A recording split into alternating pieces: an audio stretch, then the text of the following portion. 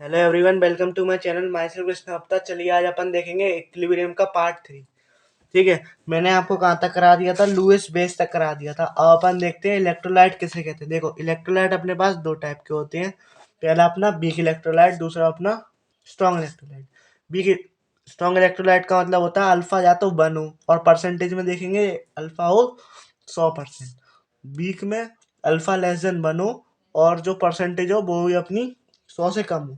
100% का मतलब है कि अपना पूरी तरीके से डिसोसिएट कर जाएगा। जैसे कि अपना HCl है, तो HCl जो पूरी तरीके से डिसोसिएट करेगा H plus plus Cl minus. जो अपनी इनिशियली H प्लस की कंसंट्रेशन थी, वो ही अपनी फाइनली H प्लस और Cl माइनस की कंसंट्रेशन रहने वाली है। तो इसको ही अपन बोलते हैं स्ट्रॉन्ग इलेक्ट्रोलाइट और वीक इलेक्ट्रोलाइट।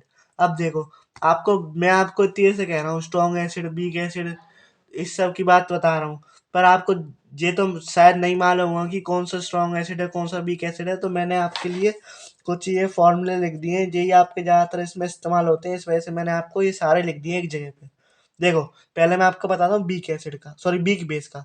वीक बेस में अपने जितने, सॉरी पहले मैं आपको बताता हूँ स्ट्रॉन्ग बेस का। तो स्ट्रॉन्ग बेस में अपने किसके आएंगे, जितने भी आपके एस ब्लॉक के जितने भी एलिमेंट है वो सारे कैसे बनाते हैं, अपने स्ट्रॉन्ग बेस बनाते हैं। याद रखना, खाली आप ये याद रख लो, एस ब्लॉक के जितने भी एलिमेंट है वो सारे स्ट्रॉन्ग बेस हैं। बाकी सब अपने वीक बेस हैं।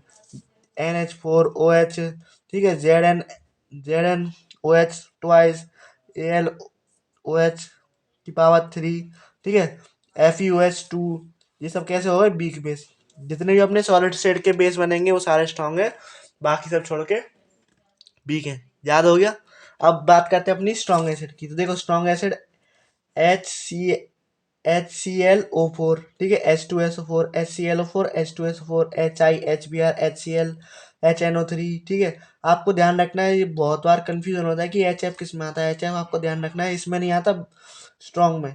आपको लग रहा है HI, HBr, HCl सब इसमें, तो HF भी इसमें आना चाहिए, पर HF इसमें नहीं आता। आपको याद रखना है ये अपना आता है वीक में। बाकी बचे आपके जितने भी आपके जैसे कि ऑर्गेनिक वाले एसिड होते हैं, H3CO3, ठीक है, और भी काफी सारे होते हैं, CH3COOH, ऐसे सब जो होते हैं वो आपके किस में आते हैं, वीक एसिड में आते हैं। ठीक है, ये आपके वीक एसिड के, ये आपके स्ट्रॉन्ग एसिड के। आप खाली स्ट्रॉन्ग एसिड के याद रखो, वीक के आपको अपने आप याद हो जाएंगे। ठीक है, HClO4, H2SO4, HI, HBr, HCl और HNO3। और बाकी आपके एक और वीक एसिड के ही पढ़ के बता देता हूँ, CH3COOH, HNO2, H2S, CHClO3, ठीक है, HCN, H2CO3 और अपना H2SO4। ठीक है, आपको ध्यान रखना है, ये अपने वीक है, ये अपने स्ट्रॉन्ग है। अब मैं बात करता हूँ सीधे फैक्टर अफेक्टिंग अल्फा। अल्फा यानी कि जो मैंने बात करी है डिग्री ऑफ डिसोसिएशन, उसको अपन बोलते हैं अल्फा। तो देखो, पहले अपना क्या आएगा, nature of electrolyte. Nature of electrolyte, अगर अपना इलेक्ट्रोलाइट स्ट्रॉन्ग है तो आपको मालूम है अल्फा जो है 1 होता है। ठीक है, अल्फा जो है 1 होता है। अब मैं बात करूं अपना बीक के लिए, तो अल्फा जो है 1 नहीं होगा, 1 से कुछ छोटा ही होगा। ठीक है, और परसेंटेज में बात करें तो इसका अल्फा पूरा 100%, इसका 100 से कुछ छोटा होगा। अब अपन बात करते हैं नेचर ऑफ सॉल्वेंट की। तो देखो, सॉल्वेंट क्या है, water is used as a universal solvent which causes its electrical constant very high. ठीक है, जिसका जो है डाइलेक्ट्रिक कांस्टेंट जो होता है बहुत ही ज़्यादा हाई होता है, आपको याद रखना है। और मैं बात करूं अपना टेम्परेचर पे कैसे डिपेंड करता है, टेम्परेचर बढ़ाने पे अल्फा बढ़ता है। ठीक है, टेम्परेचर बढ़ाने पे अल्फा बढ़ता है, टेम्परेचर बढ़ाने पे क्या बढ़ता है, अल्फा बढ़ता है। अब मान लो आपसे, जैसे कि मैंने आपको बताया था ना, जब आपके अल्फा वाले सवाल आएंगे तो कैसे आएंगे, जैसे कि अपना ये बीक क्या है, बीक एसिड है, तो अपना ये किस में ब्रेक होगा, CH3CO minus plus S plus. ठीक है, CH3CO minus plus S plus. तो इसकी अपन कंसंट्रेशन लिखेंगे तो कैसे लिखेंगे, C minus C alpha, C alpha, C alpha, C minus C alpha, C alpha, C alpha. मैंने आपको बताया ना, C minus C alpha, C alpha, C alpha. और आपका अगर स्टोइशियोमेट्री दे रखा होता है तो इसका स्टोइशियोमेट्री अपॉन इसका डिवाइड में, ठीक है, इसका स्टोइशियोमेट्री अपॉन इसका। अभी तो दे ही रखा, तो अभी तो आपका 1 है, तो आप नहीं लो। ठीक है, अब जो इसका जो इक्विलिब्रियम कांस्टेंट आएगा वो आएगा अपना के। के क्यों आता है, देखो के और के भी जब भी आए तो आपको समझ जाना है कि ये आपका बी का दे रखा है, क्योंकि आपको मालूम है इक्विलिब्रियम कांस्टेंट आप बी का ही लिख सकते हो, और वीक वीक एसिड या फिर वीक बेस के ही लिख सकते हो। स्ट्रॉन्ग तो अपने पूरी तरीके से डिसोसिएट हो ही जाते हैं, तो इसमें आपको लिखने की जरूरत ही नहीं है। ठीक है, तो इसका क्या हो जाएगा, C alpha into C alpha upon C minus C alpha. तो आप इधर से सी कैंसिल हो जाएगा, और अल्फा जो बहुत बहुत बहुत छोटा है 1 से, तो इसको आप इग्नोर कर देना। तो आपका जो वैल्यू आता है वो आता है के ए बराबर सी अल्फा स्क्वायर। ठीक है, के ए बराबर सी अल्फा स्क्वायर, के ए बराबर सी अल्फा स्क्वायर, या फिर अल्फा बराबर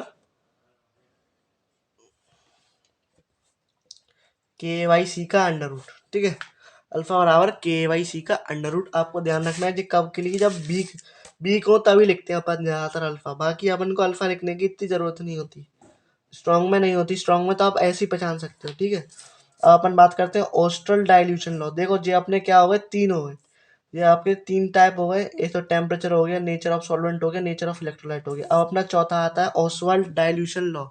तो देखो ऑसवाल्ड डाइल्यूशन लॉ कुछ नहीं है, जैसे जैसे अपन डाइल्यूशन बढ़ाएंगे वैसे वैसे अपना क्या होता है, अल्फा भी बढ़ता चला जाता है। जैसे जैसे अपन डाइल्यूशन बढ़ाते हैं वैसे वैसे अपना क्या हो जाता है, अल्फा भी बढ़ता चला जाता है। और आपको ध्यान रखना है, अपना डाइल्यूशन लॉ है ये भी अपना किस पे लगता है, वीक चीज़ों पे लगता है। या तो वीक बेस पे लगेगा या फिर वीक एसिड पे लगेगा, स्ट्रॉन्ग पे नहीं लगेगा। ठीक है, इसमें जो मैंने आपको फॉर्मूला बताया था, अल्फा बराबर अंडर रूट में के वाई सी, कैसे आया वो मैंने आपको बता दिया, C minus C alpha, C alpha C alpha. तो आप प्रोडक्ट का ऊपर रखोगे, नीचे रिएक्टेंट का रखोगे, तो आप इधर से आसानी से निकाल लोगे, यही आपका रिलेशन बनता है। ठीक है, इधर अल्फा जो है बहुत बहुत बहुत बहुत छोटा है 1 से, तो अपन उसको क्या कर देते हैं, नीचे से नेगलेक्ट कर देते हैं, तो इस वजह से अपना जी आता है।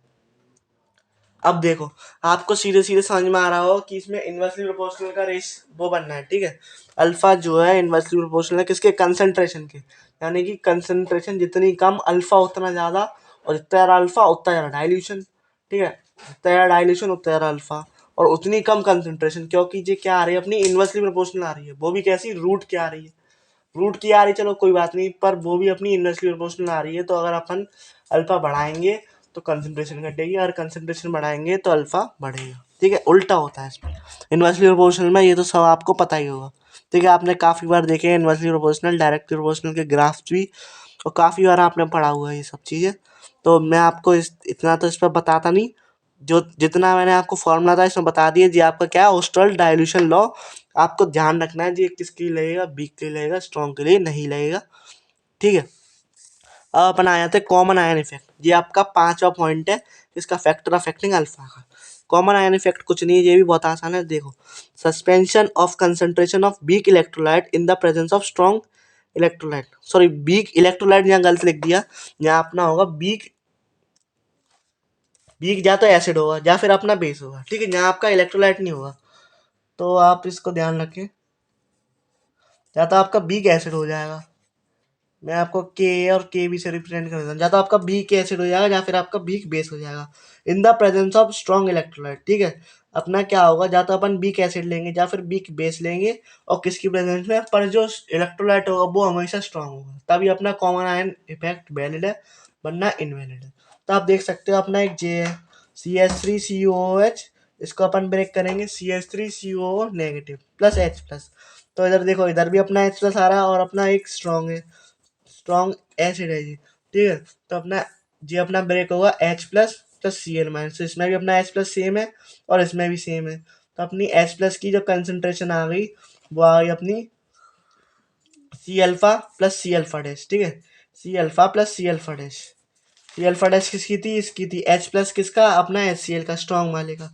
तो इसमें जो K निकल के आता वो आता अपना C dash alpha C dash into alpha. C dash की थी अपनी स्ट्रॉन्ग वाले की थी, स्ट्रॉन्ग इलेक्ट्रोलाइट की थी। ठीक है, स्ट्रॉन्ग इलेक्ट्रोलाइट की थी कंसंट्रेशन, स्ट्रॉन्ग इलेक्ट्रोलाइट की कंसंट्रेशन थी। ठीक है, आपको याद रखनी है, ये अपनी किसकी थी, स्ट्रॉन्ग इलेक्ट्रोलाइट की कंसंट्रेशन थी। अब अपन देखते हैं ionic product of water. Ionic product of water, water किस में टूटता है, अपना H प्लस और OH माइनस में। वाटर किस में टूटता है, अपना H प्लस और OH माइनस में। तो अपन इसके लिए अगर इक्विलिब्रियम कांस्टेंट लिखें तो कैसे लिखेंगे, के बराबर प्रोडक्ट ऊपर रिएक्टेंट नीचे, तो अपना H plus into O H minus upon water. ठीक है, H plus into O H minus upon water, और अपन के इंटू वाटर को अपन क्या लिख सकते हैं, KW लिख सकते हैं, KW। ठीक है, equilibrium constant eight of water, ठीक है, इसको अपन बोलते हैं के डब्ल्यू को, इक्विलिब्रियम कांस्टेंट ऑफ वाटर। और अपन बात करें अगर अपना 25 डिग्री सेल्सियस दे रखा हो क्वेश्चन में, या फिर अपना दे रखा हो 298 केल्विन, तो अपना वहाँ पे के डब्ल्यू जो होता है वो 10⁻14 के बराबर होता है, ठीक है, वो होता है अपना 10⁻14 के बराबर।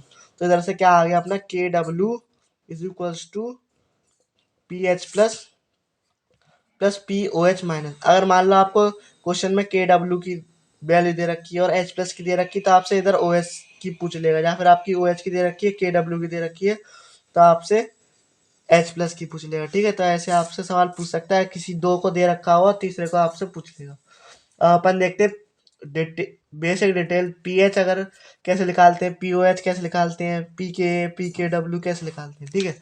पी एच कैसे निकालते हैं, पी एच जो होता है वो minus of log H plus की कंसंट्रेशन होता है, ठीक है। पी ओ एच होता है minus log O H minus की कंसंट्रेशन, और पी के होता है, सब में माइनस माइनस आएगा, माइनस लॉग के की कंसंट्रेशन, और पी के डब्ल्यू होता है माइनस लॉग के डब्ल्यू की कंसंट्रेशन, ठीक है। और पी के भी होता है minus log concentration of K V, ठीक है। तो आप इससे जो है आसानी से निकाल सकते हैं। जैसे कि मान लो अपना स्ट्रॉन्ग इलेक्ट्रोलाइट, फिलहाल तो मैं आपको स्ट्रॉन्ग इलेक्ट्रोलाइट बताता हूँ, ठीक है। जो आपका एच सी एल है, जो अपना टूटेगा H plus plus C L minus, ठीक है। इसकी कंसंट्रेशन दे रखी मान लो 0.1, तो अपना स्ट्रॉन्ग इलेक्ट्रोलाइट है, तो अपना डिसोसिएट होने के बाद भी ये कितना रह जाएगा 0.1। और मान लो आपसे इसका पीएच पूछ रहा है, तो पीएच कैसे निकालेंगे, पीएच जो होता है माइनस लॉग एच प्लस की कंसंट्रेशन, ठीक है। एच प्लस की कितनी आ रही 0.1, तो मैं इसको ये भी तो लिख सकता हूँ 10⁻⁻1। तो इसका अगर अपन लॉग लेंगे तो क्या होता है, पावर आगे आ जाती है, तो 1 log base 10, log base 10 क्या होता है 1, तो अपना पी एच जो आ गया 1 आ गया, ठीक है। पी एच जो आ गया क्या आ गया अपना 1 आ गया। ऐसे ही अगर आपका बीक दे रखा हो तो उसमें आपको अल्फा सी माइनस सी अल्फा से निकालना है, ठीक है। बीक अगर आपको एसिड बेस दे रखा हो तो आपको सी माइनस सी अल्फा से निकालना है। और आप ये तो मैंने आपको बता दिया, पी के बी कैसे निकालते हैं, माइनस लॉग ऑफ के बी, और जे कैसे निकालते हैं, P K W minus log of के डब्ल्यू, ठीक है। और अपन देखेंगे अलग अलग में पीएच कैलकुलेशन कैसे करते हैं। जैसे मान लो अपना कोई स्ट्रॉन्ग एसिड है, जैसे कि मैंने आपको बताया H2SO4 है, तो देखो H2SO4 किस में टूटता है, 2H plus plus SO4 2 minus, ठीक है। तो आपको कुछ नहीं करना, आपको मालूम है स्ट्रॉन्ग में इनिशियली जो कंसंट्रेशन होगी बाद में भी दोनों की सेम होती है, चाहे वो 2H प्लस हो, चाहे वो अपना SO4 2 नेगेटिव हो, दोनों की कंसंट्रेशन क्या होगी, सेम होगी। अब देखो यहाँ 2H प्लस था, तो अपनी कंसंट्रेशन मान लो अगर 10⁻⁻ कितनी थी, ठीक है, 10 की पावर, तो मान लो अगर 10⁻⁻2 दे रखी थी, कंसंट्रेशन H प्लस की अपनी आ रही थी, तो इसमें क्या हो जाएगा 2 से मल्टीप्लाई हो जाएगा। अगर 2H प्लस होगा 3H प्लस होगा 3 से मल्टीप्लाई हो जाएगा। तो बस आपको कुछ नहीं, अगर आपको पीएच पूछ रहा है इसका, तो आपको कुछ नहीं, खाली आपको लॉग की प्रॉपर्टी निकालनी है। इसको आप सॉल्व करोगे तो देखो कैसे सॉल्व होती है, इनटू में जो होता है वो प्लस हो जाता है, तो लॉग 2, ये बेस 10 में बात हो रही है, प्लस देखो पावर इसमें आगे आ जाती है, यानी कि इधर ओवरऑल क्या हो जाएगा, माइनस हो जाएगा, माइनस log base 10, तो log base 10 की कितनी होती है 1 हो जाती है, तो इसको हटा दो, ठीक है, इसको हटा दो। और इसकी कितनी होती है 0.3 माइनस 0.2, तो जो पी एच आ गया वो आपका आ गया 0.7 माइनस का,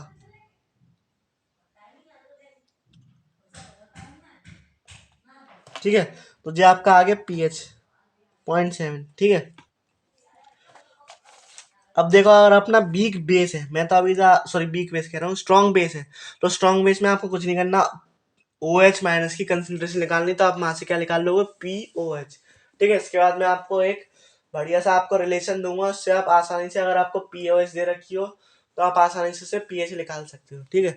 अब जैसे मान लो अपना जे है N A plus plus O H minus, ये अपना स्ट्रॉन्ग है, और 10⁻⁻2 सब में रहेगी, ठीक है। तो अपनी जो इसकी कंसंट्रेशन आ गई 10⁻⁻2 आ गई। अब इससे मान लो अपन को वो निकालना है, पी ओ एस निकालना है, भाई साहब निकालो, कैसे निकालोगे, तो जो अपनी इसकी क्या होती पावर होती वहां आ जाती है, आप सबको मालूम है लॉग में, और क्या होती minus log base 10, O H की माइनस की कंसंट्रेशन होती है, तो माइनस माइनस क्या हो जाएगा, प्लस हो जाएगा। तो अपना इधर से क्या आ गया 2 log base 10 तो अपना पीओएच कितना आ गया, 2 आ गया। ठीक है, अब मान लो आपका पीओएच आया है, अब इसमें मान लो आपका पीएच पूछ रहा है, तो पीएच आपको कुछ नहीं होगा, बहुत आसान है वो भी। आपको 14 में से जो आपका पीओएच आया उसको माइनस कर दोगे तो आपका यहाँ से पीएच आ जाएगा। 14 में से 2 गए तो कितने रह गए, 12 रह गए।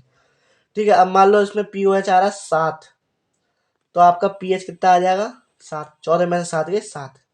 आपको ध्यान रखना है जो स्ट्रॉन्ग एसिड का है, या फिर स्ट्रॉन्ग एसिड छोड़ो, जो आपका एसिड का है, अगर आपका मान लो 25 डिग्री पे दे रखा है, ठीक है, 25 डिग्री पे दे रखा है, तो अपना एसिड हमेशा, एसिड का जो पीएच है 7 से कम आना चाहिए। अगर अगर आपका गलत आ रहा है, 7 से ज़्यादा आ रहा है, तो इस क्वेश्चन में ज़रूर आपको कुछ और दे रखा होगा, हो सकता है आपको वाटर का भी उसमें डालना पड़े। ठीक है, तो उसमें आपको टेम्परेचर बदल के जरूर देगा, 25 डिग्री पे देगा तो कभी 25 डिग्री पे आपको ध्यान रखना, हमेशा 7 से कम आती वैल्यू एसिड की याद रखनी है, और बेस की हमेशा 7 से ज़्यादा आती है। अगर किसी की 7 आ रही तो वो न्यूट्रल है, और अगर आपका आंसर इसमें मैच नहीं करता तो आपने जरूर कुछ ना कुछ कैलकुलेशन में गड़बड़ करी है।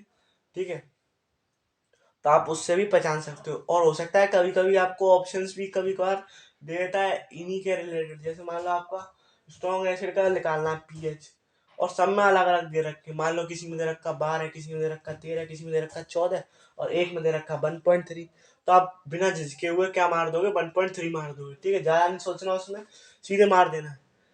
अगर आपको 14 7 से ऊपर दिखाई दे रहा है तो उसको वैसे ही नहीं लेना, तो वैसे ही आपके ऑप्शन क्या हो गए, कम हो गए ना। तो आपको ऐसे ध्यान रखना है, और आपको ध्यान रखना अगर वीक में होगा तो अपन वीक में डायरेक्टली नहीं कर सकते। अभी तो ये स्ट्रॉन्ग चल रहे हैं, तो स्ट्रॉन्ग में तो आप डायरेक्टली कर लोगे।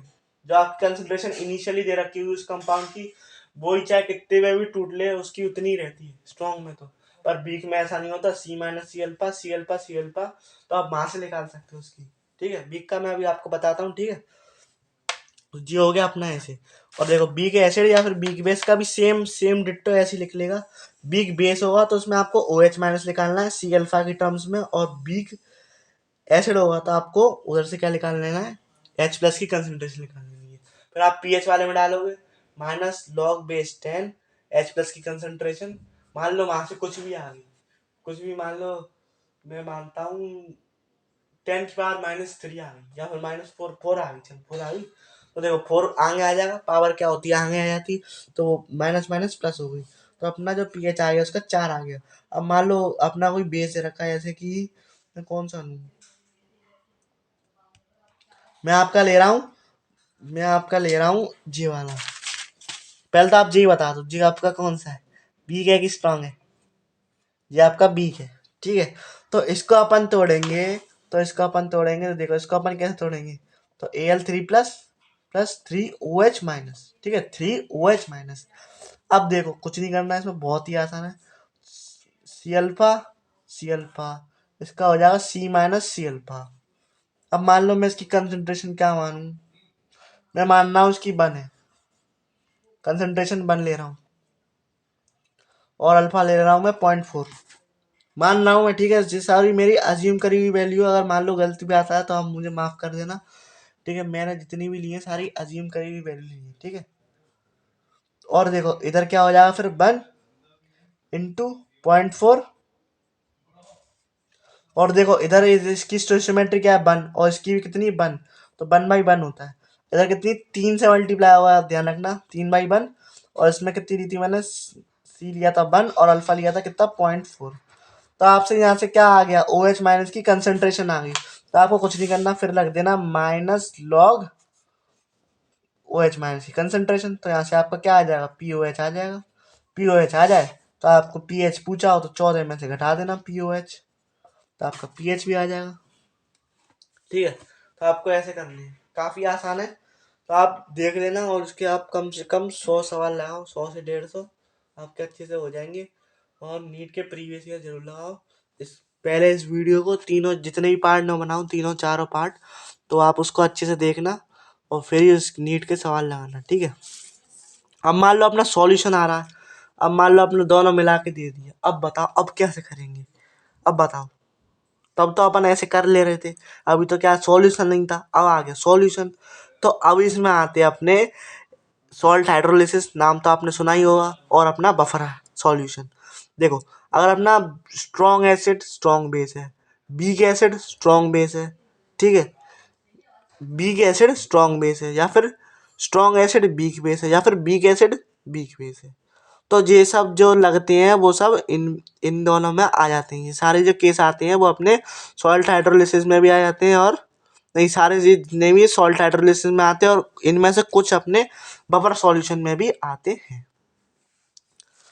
ठीक है, जो देखो जो मैं आपको बता रहा था कि अपना अगर 25 डिग्री सेल्सियस पे आया या फिर 298 पे आया तो अपना जी क्या होता है KW 10⁻14। तो इसमें जो होगा वो दोनों बराबर हो जाते हैं, H+B और OH- भी 10⁻7 में। ठीक है, मैंने आपको बताया था ना KW बराबर H+ की कंसंट्रेशन प्लस इंटू OH- की कंसंट्रेशन। 25 डिग्री सेल्सियस ही आपका मैक्सिमम पूछा जाता है, आपको याद रखना है। PKW 25 डिग्री पे 10⁻14 होती है, और POH और H+ दोनों जो है 10⁻7 होते हैं। जो जो मैंने आपको बताया था, 7 से अगर कम आएगा तो वो अपना एसिड होगा, 7 से ज़्यादा आएगा तो अपना बेस होगा, और 7 ही आएगा तो वो न्यूट्रल होगा। पर मैंने किसको बताया था आपको, 25 डिग्री पे ही लगेगा, आपको ध्यान रखना 25 डिग्री सेल्सियस पे, 25 डिग्री सेल्सियस पे। अगर मान लो उसने 62 दे दिया तो अपना जिसमें KW जो हो गया ना 10⁻15 हो गया, बढ़ गया, सॉरी 10⁻15 नहीं, 10⁻13 हो गया, तो ये जो है घट गया। तो इसमें जो PH प्लस POH बराबर जो हो जाएगा अपना 13 के बराबर हो जाएगा। उसमें मैं क्या कर रहा था, PH प्लस POH बराबर 14 कर रहा था नॉर्मल वाले केस में, 25 वाले में। तभी तो मैं आपसे कह रहा था जब आपका POH आए तो आप PH कैसे निकालोगे, 14 में से आप POH माइनस कर दो, ऐसे ही तो बता रहा था मैं। इसमें क्या होगा, अगर आपका इसमें POH मान लो कुछ भी मान लो आपका आ रहा है, वैसे तो इसमें जो आएगा ना, इसमें जो आएगा वो 6.5 पे आएगा। 6.5 से अगर कम है तो एसिड है, 6.5 से ज़्यादा है तो बेस है। आप कुछ भी मान लो, इसमें मैं मान ले रहा हूँ 7 आ रहा है, मेरा 7 आ रहा है। अब बताओ पीएच कितना आएगा, पीएच कितना आएगा। तो 13 में से 7 के कितने रह गए, 6 रह गए, तो अपना पीएच कितना आ गया, 6 आ गया। आपको हमेशा अगर देखो पीएच वाले में आपको ज़्यादातर टेम्परेचर दे रखा होता है, और आप सोचते हो टेम्परेचर का क्या काम है, तो टेम्परेचर का यही काम होता है। वैसे तो आपको मैक्सिमम केस में अगर मान लो दे भी नहीं रखा तो भी आपको जी लेके चलना 25 डिग्री सेल्सियस। अगर आपको स्पेशल केस दे रखा होगा तो उसमें आपको KW भी देगा, और आप KW भी दे रखा होगा, तभी आप निकाल पाओगे पीएच और POH, वरना नहीं निकाल पाओगे। ठीक है, तभी आप निकाल पाओगे वरना नहीं निकाल पाओगे। तो आपको जो है क्वेश्चन को ध्यान से केयरफुली हैंडल करना है।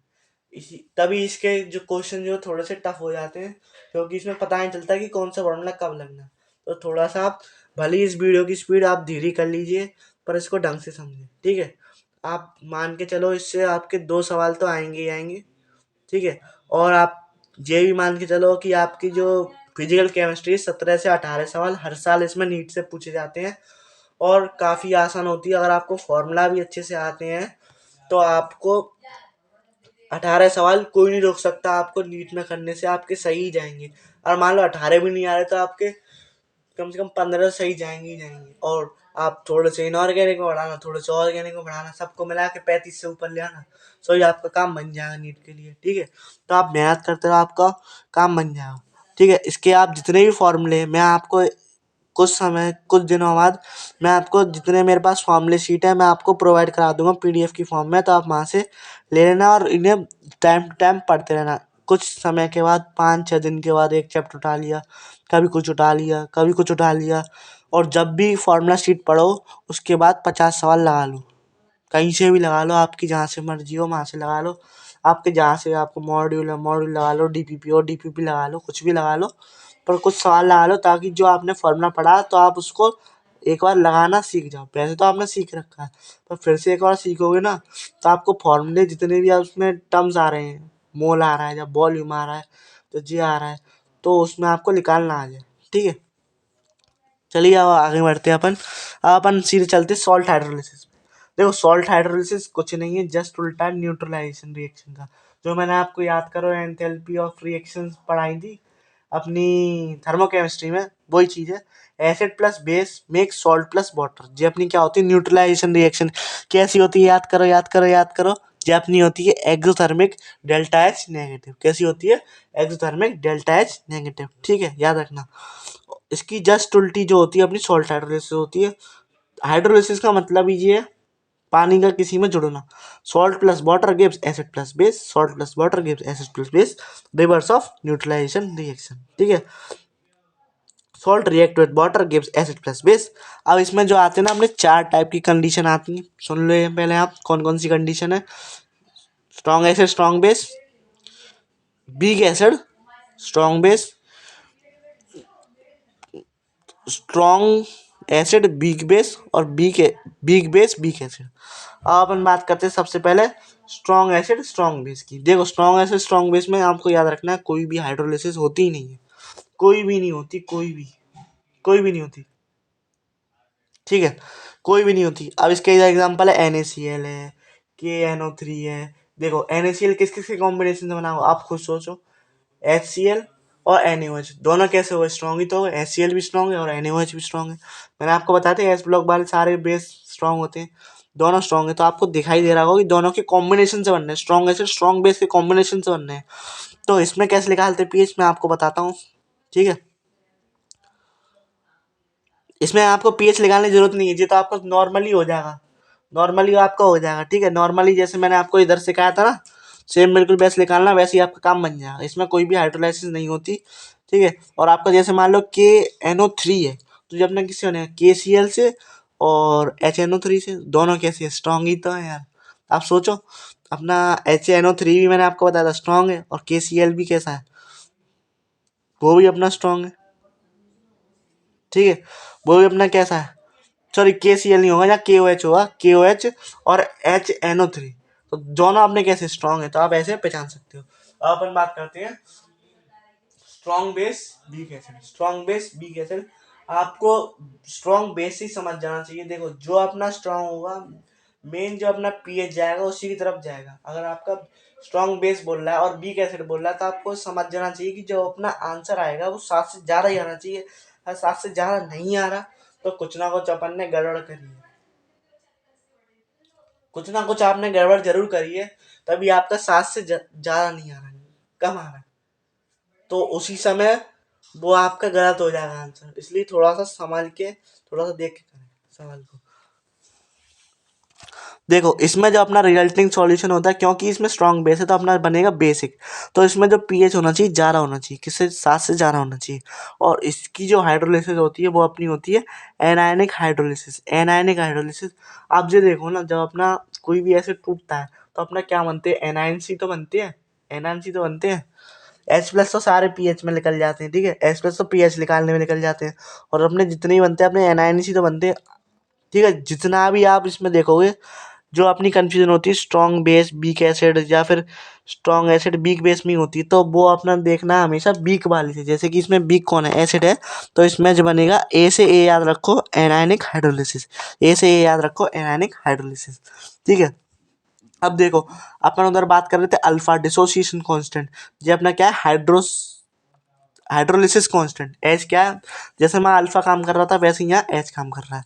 ठीक है, तो इसका जो अपना एग्जांपल आप देख सकते हो, CH3CONA आप देख सकते हो, CH3COOH अपना बीक एसिड है, और NaOH स्ट्रॉन्ग बेस है। ये आपका इसका एग्जांपल हो गया। इसमें जो H आता है वो आता है अंडर रूट में KH/C, और इसमें KH यानी कि constant of hydrolysis, equilibrium constant of hydrolysis. तो वो अपना आता है KW/Ka। ठीक है, इसमें जो अपना पीएच निकालते हैं वो कैसे निकालते हैं, 7 प्लस, मैंने आपको बताया 7 में कुछ ना कुछ जुड़ना चाहिए, 7 से ज्यादा आना चाहिए। 7 प्लस हाफ ब्रैकेट में पी के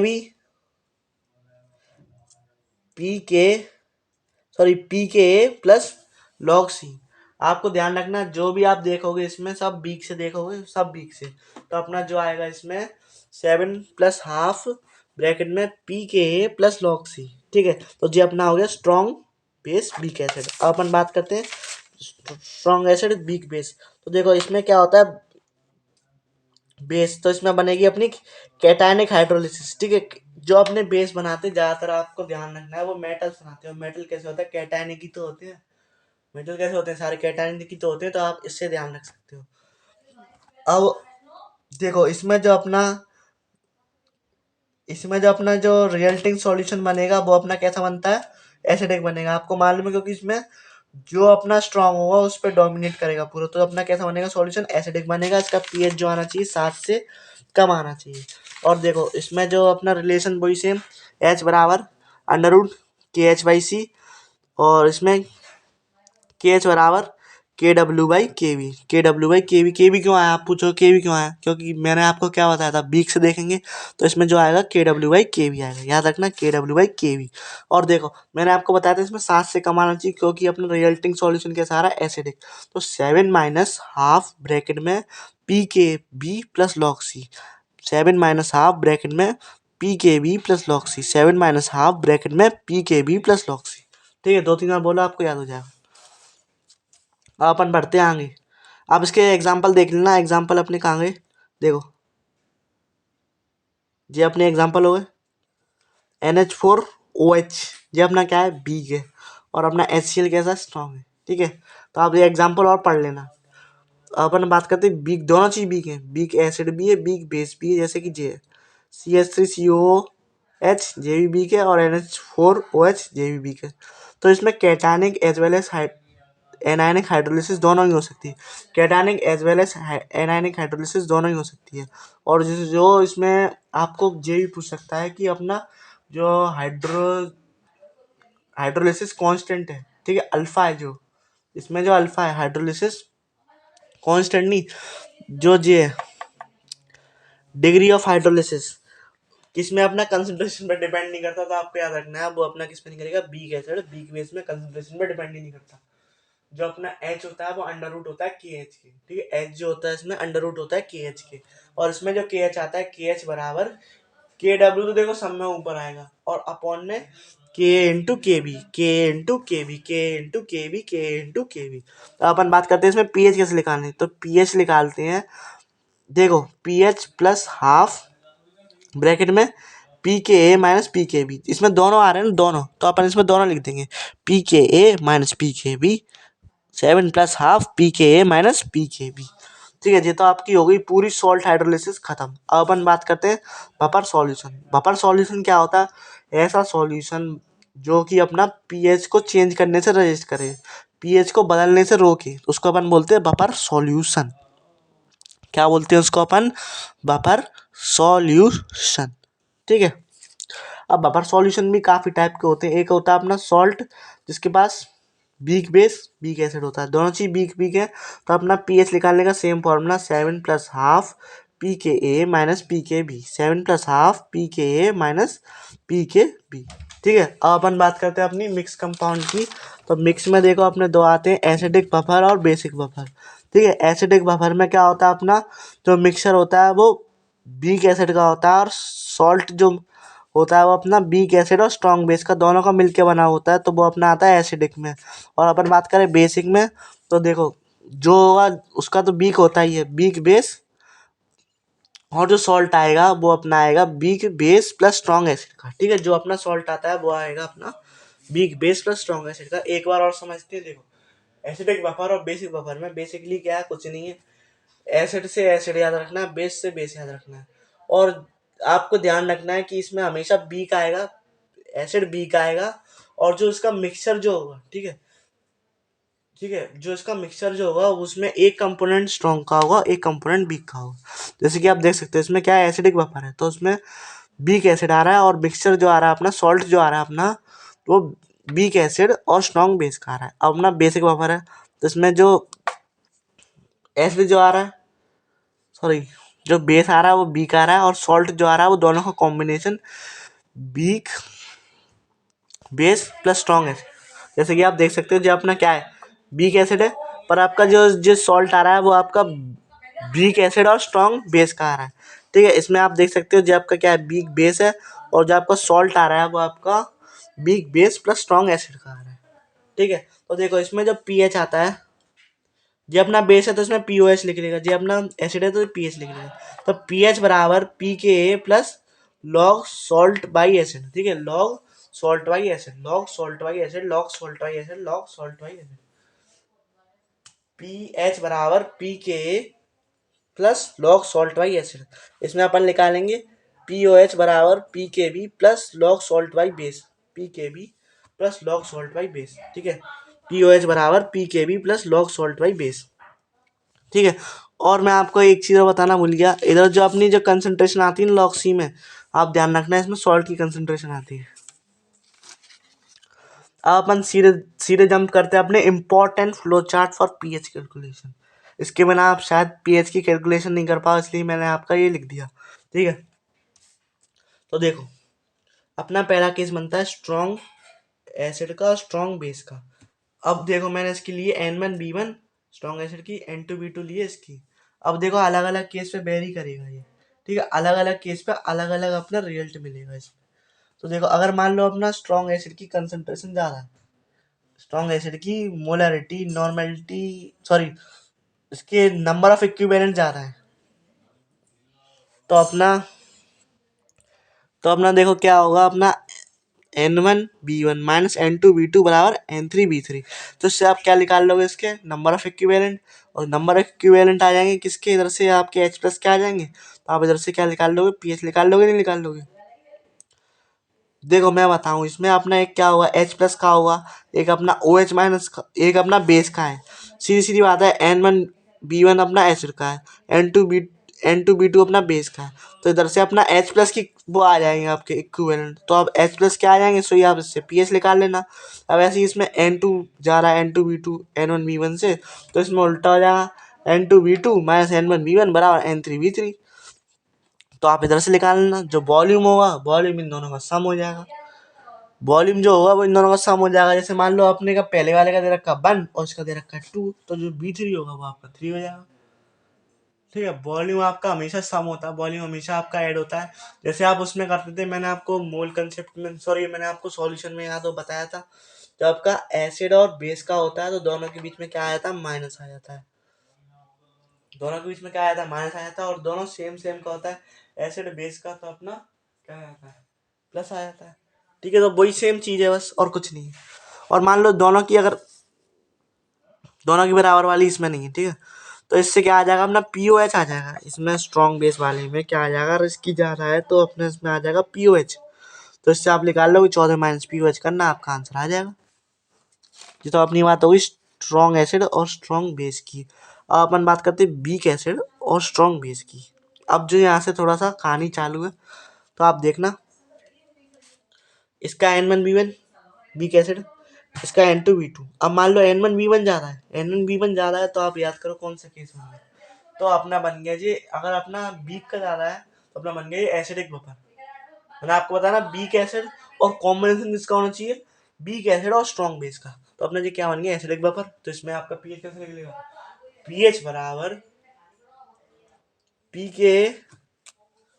के A plus log S by A, PKA plus log S salt का अपॉन एसिड का, PKA प्लस लॉग सॉल्ट की कंसंट्रेशन अपॉन एसिड की कंसंट्रेशन, ठीक है। इधर से आप निकाल लेना, ये अपना इसमें केस 1 है। अब अपन बात करते हैं इसमें केस 2। अगर अपना स्ट्रॉन्ग बेस का जा रहा है, ठीक है, अगर अपना इसमें स्ट्रॉन्ग बेस का जा रहा है तो अपना एच लिख लेगा, N2B2 minus N1B1 upon B1 plus B2 is equals to N3।